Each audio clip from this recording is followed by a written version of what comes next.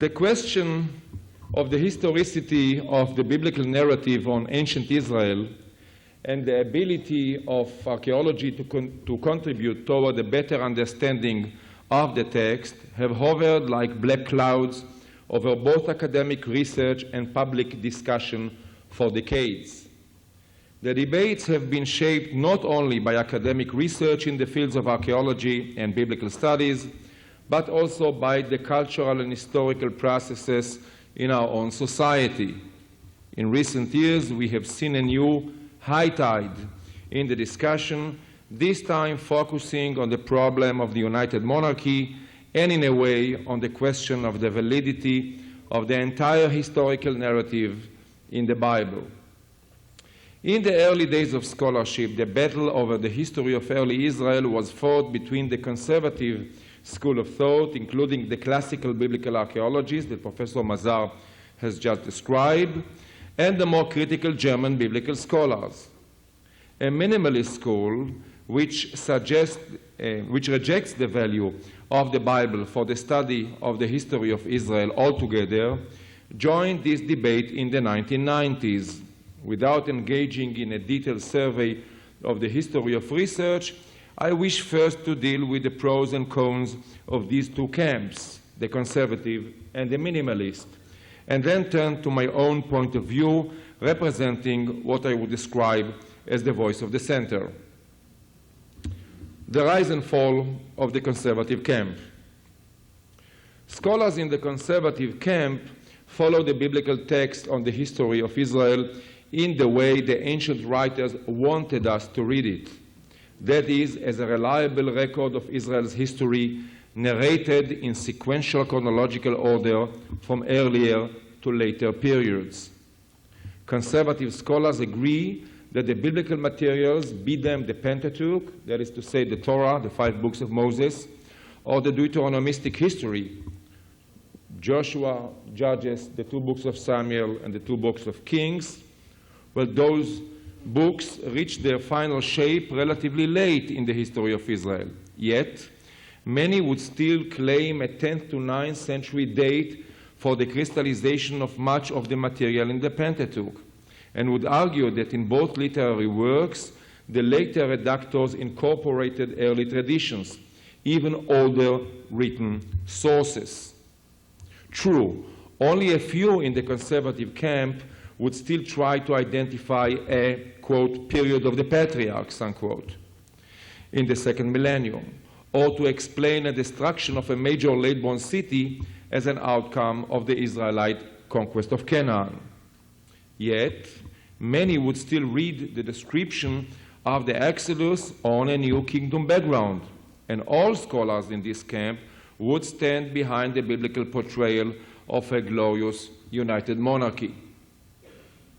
In the early days, conservative scholars deployed archaeology to help defeat the high criticism of German scholars such as Julius Wellhausen. The great American scholar William Foxwell Albright, followed by his students and their disciples to our own day, promoted the idea that archaeology can prove the Bible correct and the German scholars wrong. 2 main case studies were put to the test: the conquest of Canaan and the great united monarchy of King Solomon. But the truth of the matter is that archaeology was not given a center stage in the debate, was not given a chance at all. It was used only in order to support a preconceived theory. Archaeology played the role of supplying decorative evidence for history, which was a modern, almost word-to-word rewriting of the biblical story. By doing that, scholars of the conservative school promoted historical and archaeological reconstructions which had no real support in the finds or were trapped into circular argumentations. One of the best examples for the first case is the search for biblical Etzion Geber. In the late 1930s, the quest for the great Solomon led the American archaeologist Nelson Glick to excavate Tel el-Khaleifeh, a small mound at the northern tip of the Gulf of Aqaba, located on the modern border between Israel and Jordan. Glick identified the site with Etzion Geber, the port from which the Bible says King Solomon launched trade expeditions to exotic lands afar. Glick uncovered much of the site, separated the remains into 5 periods of activity, and dated them from the 10th to the 5th century BC, identifying each according to biblical references to Etzion Geber and Elat. Every monarch who was mentioned in relation to activities in the Gulf of Aqaba was granted a stratum. And Glick interpreted the remains of the first period, including what he described as flue holes, air channels, hand bellows, clay crucibles, and furnace rooms, as evidence for a huge copper smelting industry in the days of King Solomon. Glick went so far as to dub Etzion Geber the Pittsburgh of Palestine.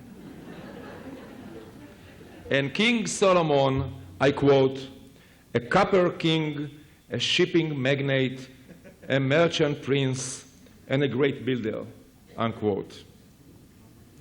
This romantic image later proved to be a fantasy, a wishful illusion, based on the biblical text rather than real archaeological evidence. A thorough study of the finds has found no evidence whatsoever for smelting activity at the site.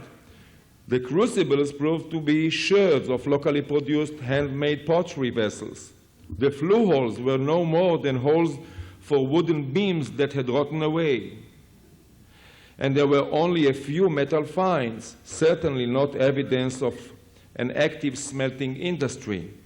No less important, it became clear that the site was established only in the late 8th or 7th century BC. The elaborate stratigraphy of successive kings and their industrial center simply did not exist.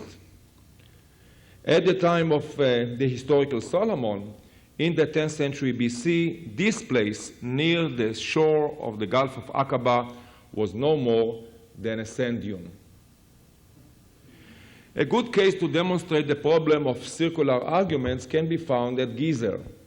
William Dever, the excavator of the site and the outspoken student of the Albright School of Thought, argued that the reconstruction of a great Solomonic Judean monarchy is based on solid archaeological evidence, which is based in turn on meticulous study of Iron Age pottery. And I quote, "The pottery from this destruction layer included distinctive forms of red, slipped and hand burnished pottery, which have always been dated to the late 10th century. Thus, says Dever, on commonly accepted ceramic ground, not on naive acceptance of the Bible stories, we dated the Gezer city wall and gate to the mid to late 10th century," unquote. Dever refers here to one of the highlights of the Gezer excavations, the notion that red, slipped, and burnished pottery, you'll see them tomorrow, nothing to write home about. Well, the notion that red, slipped, and burnished pottery can be used as a peg for dating 10th century strata. But red, slipped, and burnished pottery does not carry a date label. So how was it dated to the 10th century BC? Because of its find spot in a layer linked to a gate which was associated with King Solomon. A full circular reasoning. No chemist, physicist, mathematician, computer analyst would accept this. Only archaeologists. The same holds true for the idea that some of the great compositions in the biblical history took place in the 10th century BC. Scholars argue that one of the sources of the Pentateuch, the J source, and much of the story of the early days of the Davidic dynasty in the books of Samuel were put in writing in Jerusalem in the days of the United Monarchy. According to them, this was a time of great enlightenment and composition of literary works.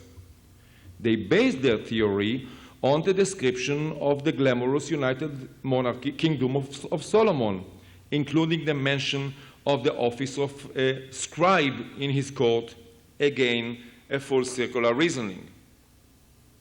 As I have argued time and again, archaeology shows that meaningful scribal activity appeared in Jerusalem only with the rise of Judah to real statehood in the late 8th century BC, over 2 centuries after the supposed days of the United Monarchy. In short, conservative scholars, even the archaeologists among them, reconstructed the history of Israel according to the biblical text. Archaeology played only a supportive role. And this, I suppose, is the reason that biblical archaeology stalled relative to world archaeology in almost every field of research, in understanding the importance of environmental archaeology, in accepting the value of anthropological and ethnographic comparisons in archaeology, in introducing studies in archaeomaterials, etc. And this is also the reason why the great thinkers of world archaeology did not come from the discipline of biblical archaeology. I refer to great American and British scholars such as Flannery, Binford, Adams, Renfrew, and Braidwood. Flinders Petrie, who did work in Palestine, was an Egyptologist. The rise and fall of the Minimalist school. According to a group of biblical scholars described as minimalists or deconstructionists, the historical material in the Bible is a late Persian or even Hellenistic, that is to say, 5th to 2nd,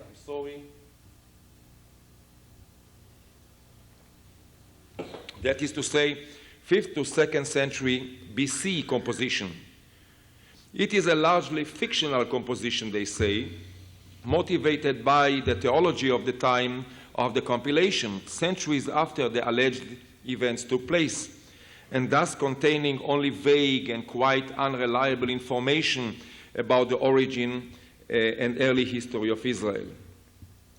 According to these scholars, the continuing power of the biblical narratives is testimony to the literary skills of the authors who stitch together old myths, folk tales, imaginary records, legendary narratives, and a few historical facts about the 9th to early 6th centuries BC into a single saga of apostasy and redemption. The British scholar Philip Davis saw the compilation of the Deuteronomistic history as a long process in the Persian and Hellenistic periods, with the final form of the narrative probably being created in Hasmonean Judea of the 2nd century BC. Davis depicted the authors of the biblical text as ideologues in service of the temple elite. He traced their ideology back to the political goals of the Judean priests who had returned from exile in the Persian period. As an imposed elite that ousted the local leadership of Judah, they needed to create a history to legitimate their role. The Jerusalem scribes of the post-exilic period collected folk tales and vague memories and skillfully wove them into a wholly imaginary history that stressed the centrality of Jerusalem, its temple, its cult, and its priests.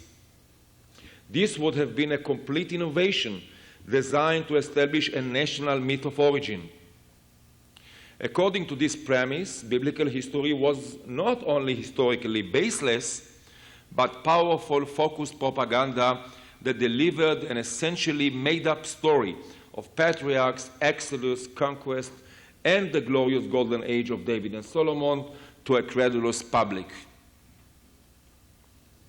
The American biblical scholar Thomas Thompson accepted the idea of a very late and almost entirely fictional history of Israel.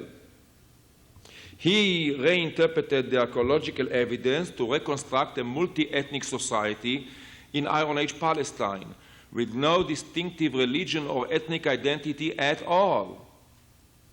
It was a heterogeneous population split between regional centers at Jerusalem, Samaria, Megiddo, Lachish, and other cities. They cherished their own local heroes and worshipped a large pantheon of ancient Near Eastern deities. The Bible falsified that reality with its uncompromising theology of national sin and redemption. That was why the minimalists argue there can be no archaeological evidence of the United Monarchy, much less evidence of an historical personality like David, as they were part of a religious mythology wholly made up by Judean scribes in the Persian and Hellenistic periods. The revisionist theory of the Bible's utter lack of historical value had its own logical and archaeological inconsistencies. First of all, the evidence of literacy and extensive scribal activity in Jerusalem in the Persian and early Hellenistic periods was much smaller than that in the 7th century BC. The assumption that in the 5th or 4th or even 2nd centuries BC, the scribes of a small, out-of-the-way temple town in the Judean mountains authored an extraordinarily long and detailed composition about the history, personalities, and events of an imaginary Iron Age Israel without using ancient sources is inconceivable. The sheer number of name lists and details of royal administrative organization of the Kingdom of Judah that are included in the Deuteronomistic history seem unnecessary for a purely mythic history.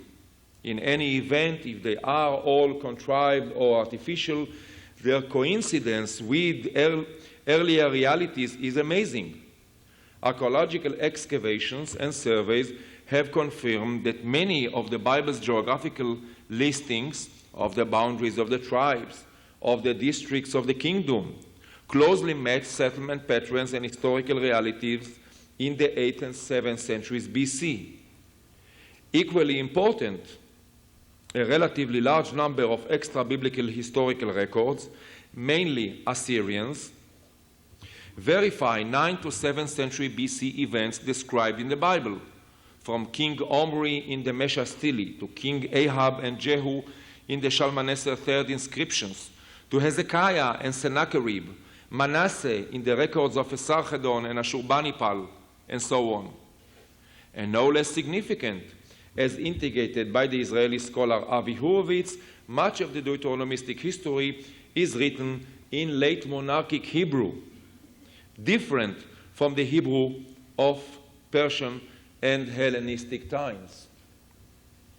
Much of the minimalist effort was invested in the claim that David and Solomon, the founders of the Jerusalem dynasty, are not historical figures. They argued that like Abraham, Moses, and Joshua, they are not mentioned in any extra-biblical text and should therefore be seen as legendary, non-historical personalities. This argument suffered a major blow when an inscribed basalt stele was discovered at Tel Dan in the north in the mid-90s. It comprises several fragments of a triumphal inscription written in Aramaic. The king it honored was most probably Hazael, ruler of Aram Damascus, who was known, both from the Bible and Assyrian records as an important international player in the late 9th century BC. His battles against Israel are recorded in the Book of Kings. Though highly fragmentary, this inscription offered a unique perspective on the turbulent politics of the region in the 9th century.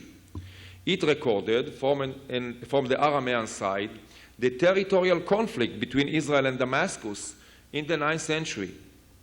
It told how Hazael launched a punishing offensive against his southern enemies, in which, so he claimed, he killed the king of Israel and his ally, the king of the house of David. This was the first time that the name David was found in any contemporary source outside the Bible. In this case, only about a century after his own time and less than a century after the kingdoms of Judah and Israel had reportedly split. Moreover, it most probably specified, the stele, most probably specified the names of the two kings, Jehoram of Israel and Ahaziah of Judah, both of them mentioned in the biblical text. The minimalist contention that biblical history was a late and wholly creative composition was dealt a serious blow, to say the least. The view from the center. The third camp, to which I belong, though positioned in the center, is far from both poles. Scholars in this camp accept a late monarchic date for a large portion of the Pentateuch and much of the Deuteronomistic history. Hence, they acknowledge the value of these texts as preserving real evidence on the history of Israel in monarchic times. However, they see the stories in the way they are presented in the text as highly ideological and adapted to the needs of the community during the time of the compilation. Hence, the most meaningful difference from the conservative camp is that the adherents to the center camp tend to read the text in an opposite direction, seeing evidence of later periods in the descriptions of Israel's early history, histoire régressive, as the great French historian of the Annales school Marc Bloch called it. This does not mean that the texts have no historical value, but it does imply that in many cases they tell us more about the society and politics of the writers than on the times described in them. This means that I would see big portions of both the Pentateuch and the Deuteronomistic history as supplying the ideological platform for the political program of Judah in later monarchic times. I refer to the pan-Israelite idea, which, to the best of my understanding, first surfaced in a full-blown shape at that time. It argued that the Davidic kings are the only legitimate heirs to the territories of vanquished Israel and to the leadership over the Israelites still living in these territories, and that the cult of all Israelites should be centralized in the temple in Jerusalem. As such, the texts are highly ideological on both the political and theological levels. They represent the point of view of one faction of the Judaic society. We have no idea if it ever formed the majority in late monarchic times. They certainly do not represent the Northern Kingdom, or what Morton Smith called years ago the syncretistic ideas in Judah. We can only imagine how different would be a history of Israel written by scribes from the Northern Kingdom or by other factions of the Judaic society had they survived. As highly ideological texts, even the treatment of periods close in date to the time of the compilation cannot be read uncritically. Cannot be read uncritically. A good example emphasized long ago by my friend, the historian Nadav Ne'eman of Tel Aviv University, can be found in the treatment of the Assyrian century in the history of Judah. In most of this period, Judah was ruled by three kings, father, son, and grandson. The first, Ahaz, is depicted as a sinner and as one who cooperated with the Assyrians and compromised Judah's independence. The son, Hezekiah, is described as the second most righteous king from the lineage of David and as a hero who stood firmly and courageously against Assyria. The Deuteronomistic historian takes a special effort to hide the fact that Judah remained under Assyrian domination many years after the miraculous rescue of Jerusalem from Sennacherib. The grandson, Manasseh, who ruled in Jerusalem over half a century, is described as the most evil of all apostates and the head of all villains. The exilic redactor of the Deuteronomistic history flatly puts the responsibility for the fall of Jerusalem on his head. Archaeology has given us a completely different story, or at least a completely different perspective on Judaic affairs. Ahaz, the bad guy in the text, saved Judah from the bitter fate of the northern kingdom and incorporated it into the Assyrian economy. His policy led Judah to an unprecedented prosperity, in which Jerusalem and Judah experienced dramatic demographic growth. This was the time when Jerusalem expanded to the western hill. Judah apparently participated in the Assyrian-led Arabian trade, and as a result, the Beersheba Valley flourished. In contrast, Hezekiah took a reckless decision to rebel against Assyria and was therefore responsible for the events that led to the utter devastation of Judah. Archaeology demonstrates the extent of the catastrophe. Almost every site excavated in the Shephelah and the Beersheba Valley revealed evidence for destruction. The Shephelah, the breadbasket of Judah, never recovered from the shock. Surveys revealed a dramatic decrease in the number of settlements there in the 7th century BC. And again, in contrast, archaeology shows us that Manasseh saved Judah from annihilation. Under his realpolitik of cooperation with Assyria, the southern kingdom emerged from the ashes, was reincorporated into the Assyrian economy, and reached an unprecedented prosperity. Judah increased its role in the Assyrian-led southern trade, and the Beersheba Valley experienced a record settlement density. And Judah must have been the main supplier of olives for the extensive Assyrian olive oil industry in the Shephelah. As a result, the Shephelah was at least partially recovered. Ostraca, seals, and seal impressions, weights, and other finds indicate that in Manasseh's time, Judah reached full statehood, an impressive literacy rate. The lesson here is clear and simple. If a period so close to the compilation, by the way, I'm not judging here. I'm not judgmental. I mean, there is the biblical text on one side, and then there's archaeology on the other. Each provides us with a picture from a different perspective. That's all what I'm trying to say, for the time being. The lesson here is clear and simple. The lesson here is clear and simple.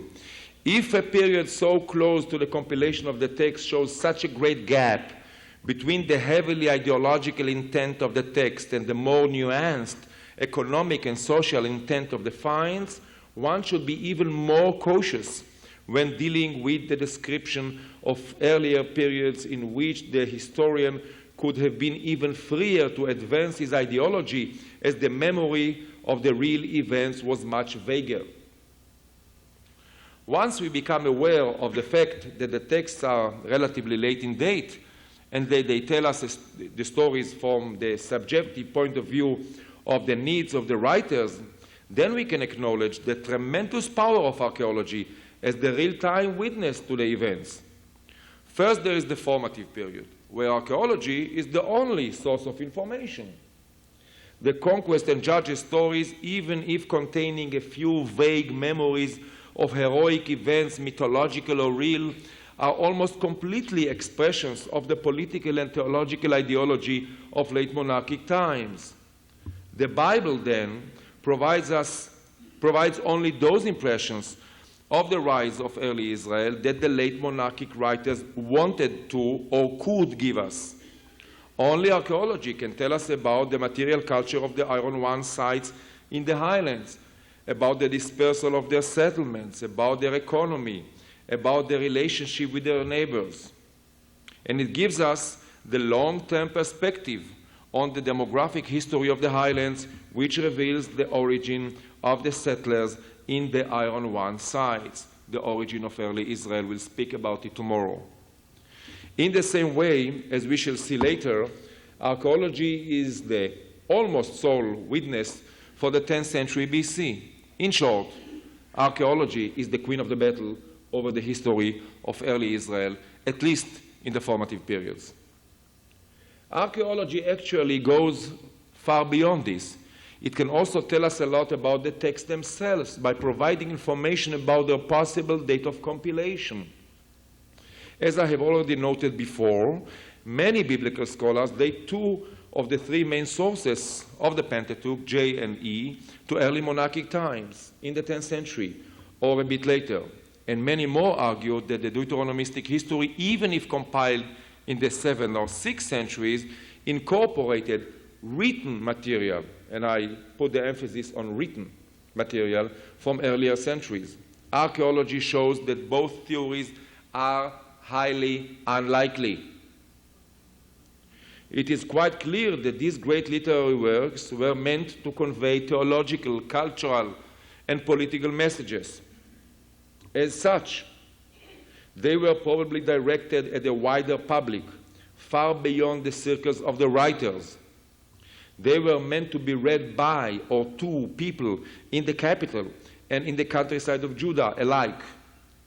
I would argue, therefore, that the standardized literary works narrating the history of Israel, in contrast to scattered, contradictory, and partial oral traditions, must have been written in an urban society with high level of knowledge, sophistication, and literacy in the elite and the circles around it.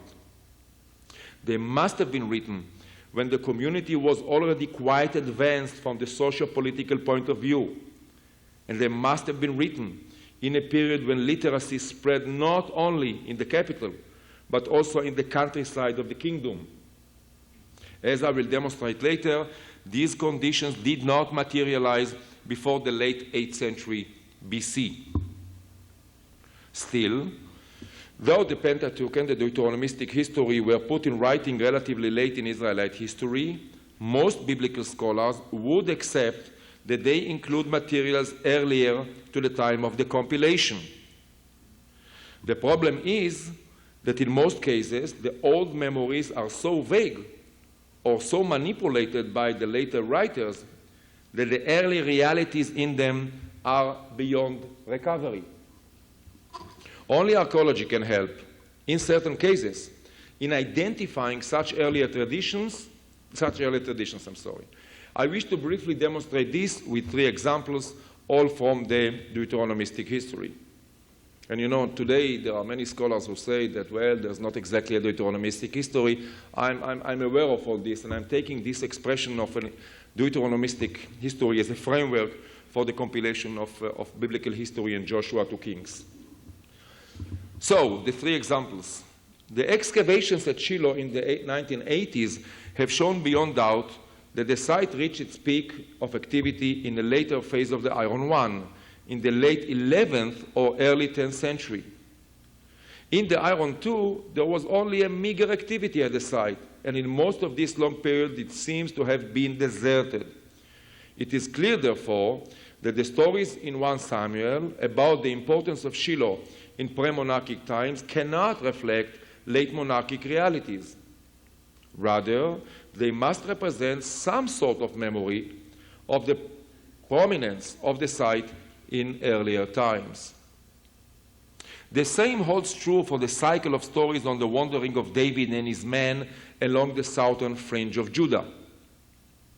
These narratives clearly fit a description of a band of apiru, that is, uprooted people who acted on the margin of the society, moving in a sparsely settled region far from the reach of central authority. This kind of background does not fit the period when the Deuteronomistic history was put in writing. At that time, the area was densely settled with no trace of apiru reality left. Therefore, I see no alternative but to argue that the stories reflect a situation in the Judahite hill country prior to the great demographic growth in Judah in the late 8th century. The third example relates to Philistine Gat. Recent excavations at Tel Esafi, the location of this biblical city, proved that it reached its zenith in the 9th century. At that time, it was the largest city in Philistia, possibly most important city in the entire country. Then, in the late 9th century, it was besieged and put to the torch, probably by the same Hazael of Damascus. Gat never recovered from the shock. Sargon II mentions it in the late 8th century as a dependent of Ashdod. 7th century BC Assyrian and biblical records list only 4 Philistine cities. Gath is absent. It is clear, therefore, that the biblical stories on the time of David, which describe Gath as the most prominent Philistine city, must preserve an early, pre-late 9th century reality. There is much more than old memories in the late monarchic composition. I would go one step further and say that there is some sort of nucleus, historical or mythic, in many biblical stories. It is unthinkable that the author invented stories only in order to serve his aim. Had the authors done that, they would have lost their credibility among the people of Judah, their target population. It is reasonable to assume that the authors collected myths, folk tales, popular heroic tales, and memories known to the population of Judah, not necessarily history, but memories and folk tales, some of them based on some sort of germs of historical events, and deployed them to their cause. Needless to say, not everything was incorporated into the text. The authors included those stories which suited their ideological and theological agenda. But collecting stories is one thing, and preserving their whole meaning is another. The undercurrent idea in many biblical studies of the conservative camp that old memories were orally transmitted, unchanged, through the centuries is unrealistic and somewhat naive. Old stories must have absorbed different layers of realities on their way down the centuries until they were put in writing. And therefore, in the stories of the rise of David to power and the succession of Solomon in the books of Samuel, one can identify several horizons representing different realities of the 10th to 7th centuries. You can really peel off the story layer by layer. Heroic stories which may have preserved original 10th century memories. Stories about the prominence of God and the conquest of David, which best fit 9th century realities. The idea of a central temple in Jerusalem, which may represent the period right after the fall of the Northern Kingdom in the late 8th century. Stories revealing Greek influence that best fit the late 7th century, such as the description of Goliath dressed in hoplite Greek armor. And from the ideological point of view, there is no question that the most dominant impact is that of the time of the compilation in the late 7th century. Yet, recognizing the possible historical value of isolated elements is somewhat very different from accepting the entire history of the rise of a united Israel from earliest times. Should we therefore consider the biblical material on the formative, I emphasize, formative stages in the history of Israel as ahistorical and therefore useless? The answer is both positive and negative. You could have imagined that. Positive because the biblical material cannot help us reconstruct these early days. Negative because it tells us a lot about the society and realities of the time of the writing.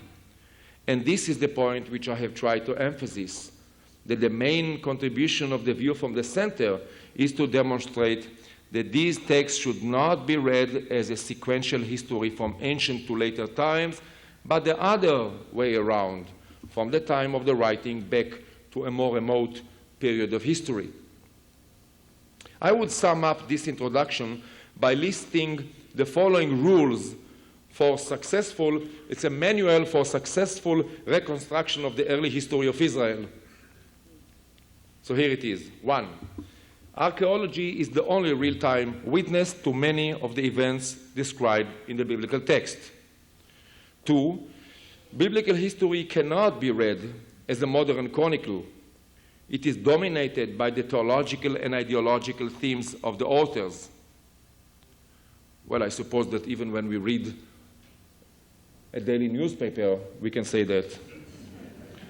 3, biblical history cannot be read in a simplistic way, from early to late. Rather, the point of departure must be the period of the compilation in late monarchic times, and later in some cases.